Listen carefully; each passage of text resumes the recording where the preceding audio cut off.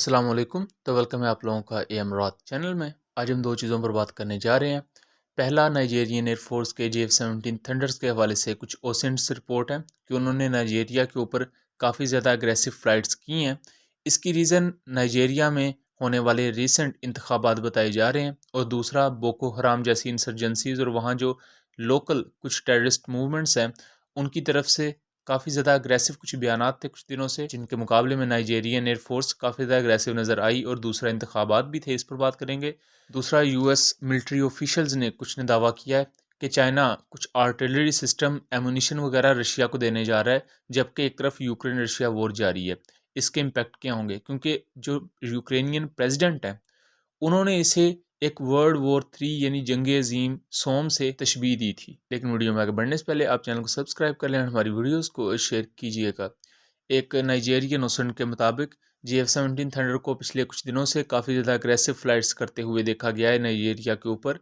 और ये normal patrolling flights नहीं थी, बल्कि उनके नज़दीक ये काफ़ी अग्रेसिव फ़्लाइट्स थी, और इनको काफ़ी ज़्यादा फ्रिक्वेंटली किया जा रहा है पिछले कुछ दिनों से। 25 फरवरी को नाइजेरिया में आम इंतखाबात थे, और आप जानते हैं कि आम इंतखाबात होते हैं तो मुल्क में फिर एक सिक्योरिटी कंसर्न्स वगैरह भी रेज़ होते हैं। और ख़ास तौर पर अगर नाइजेरिया जैसे कंट्री की बात करें तो इसके नज़दीक निगार, चार्ट जैसे जो कंट्रीज़ लगते हैं, वहाँ काफ़ी ज़्यादा इंसर्जेंसीज़ हैं, मुख्तलिफ मिलिटेंट ग्रुप्स हैं। और यहाँ सबसे बड़ा जो मिलिटेंट ग्रुप है वो बोको हराम का है। बोको हराम बेसिकली यहाँ की सेकुलर गवर्नमेंट के ख़िलाफ़ है, और वहाँ रिलीजियस सेक्ट्स आपको काफ़ी मिलेंगे। वहाँ कुछ क्रिश्चियनिटी पर बेस्ड इस तरह के मिलिटेंट ग्रुप्स हैं, कुछ इस्लाम बेस्ड इस तरह के मिलिटेंट ग्रुप्स हैं। सो ये अपनी अपनी मतलब के इनके अपने एजेंडाज हैं, और ये उसी की बेस पर लड़ते हैं। जबकि दूसरी तरफ एक सेकुलर गवर्नमेंट है नाइजेरिया में, जिसको ये ओवरथ्रो करना चाहते हैं।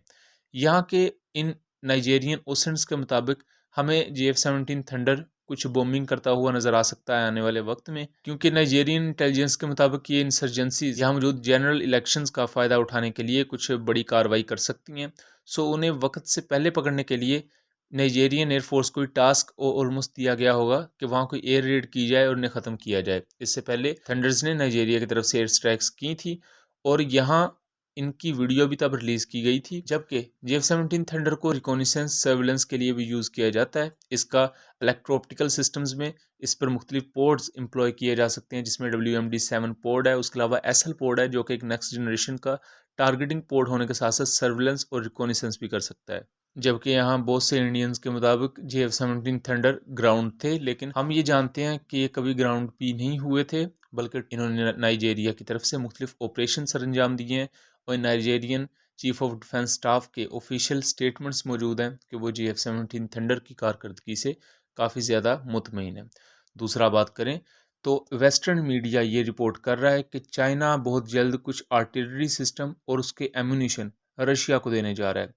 जबकि यहाँ जो वेस्टर्न मीडिया जो इस चीज़ को रिपोर्ट कर रहा है, उसके नज़दीक जिन US ऑफिशियल्स ने इस मीडिया चैनल को बताया है या इस मीडिया आउटलेट को बताया है, उन US ऑफिशियल्स के पास भी इसकी कोई ज़ाहिर सबूत नहीं है। उनके पास इंटेलिजेंस बेस्ड इंफॉर्मेशन, एंड कई दफ़ा इंटेलिजेंस बेस्ड मालूमात कुछ ऐसी होती हैं कि उसका सोर्स नहीं बताया जाता, बस वो मालूमात बताई जाती हैं। यहाँ जो बात की जा रही है कि वॉल स्ट्रीट जर्नल ने आगे कंफर्म किया NBC न्यूज़ को, और ये चाइनीज़ मिनिस्ट्री से फिर इन्होंने पूछने की कोशिश की, जो मिनिस्ट्री ऑफ फॉरेन अफेयर्स है चाइना की, क्या आप इस पर कोई कमेंट करना चाहते हैं।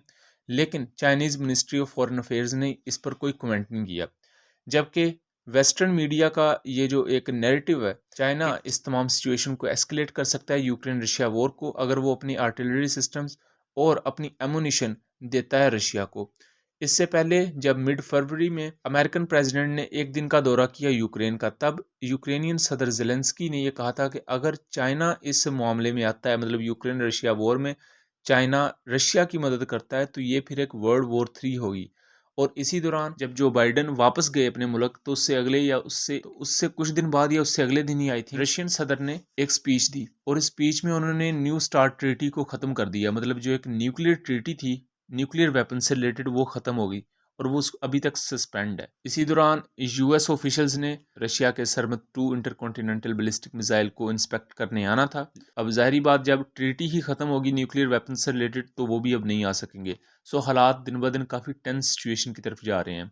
जबकि स्विट्ज़रलैंड जैसी कंट्रीज़ हैं यूरोपियन, और उसके अलावा फ़िनलैंड जैसी मुख्तलिफ़ कंट्रीज़ हैं, वो इस चीज़ पर ज़ोर दे रही हैं कि ज़ेलेंस्की को चाहिए कि अब वो रशिया के साथ मुज़ाकरात करें और इस तमाम चीज़ को डी-एस्केलेट किया जाए। बहरहाल इसके बारे में आपका क्या नुक्ता नज़र है? क्या वाक़ई चाइना प्रोवाइड कर रहा है वेपन्स, या करने वाला है आने वाले दिनों में रशिया को, या एक वेस्टर्न प्रोपेगेंडा है?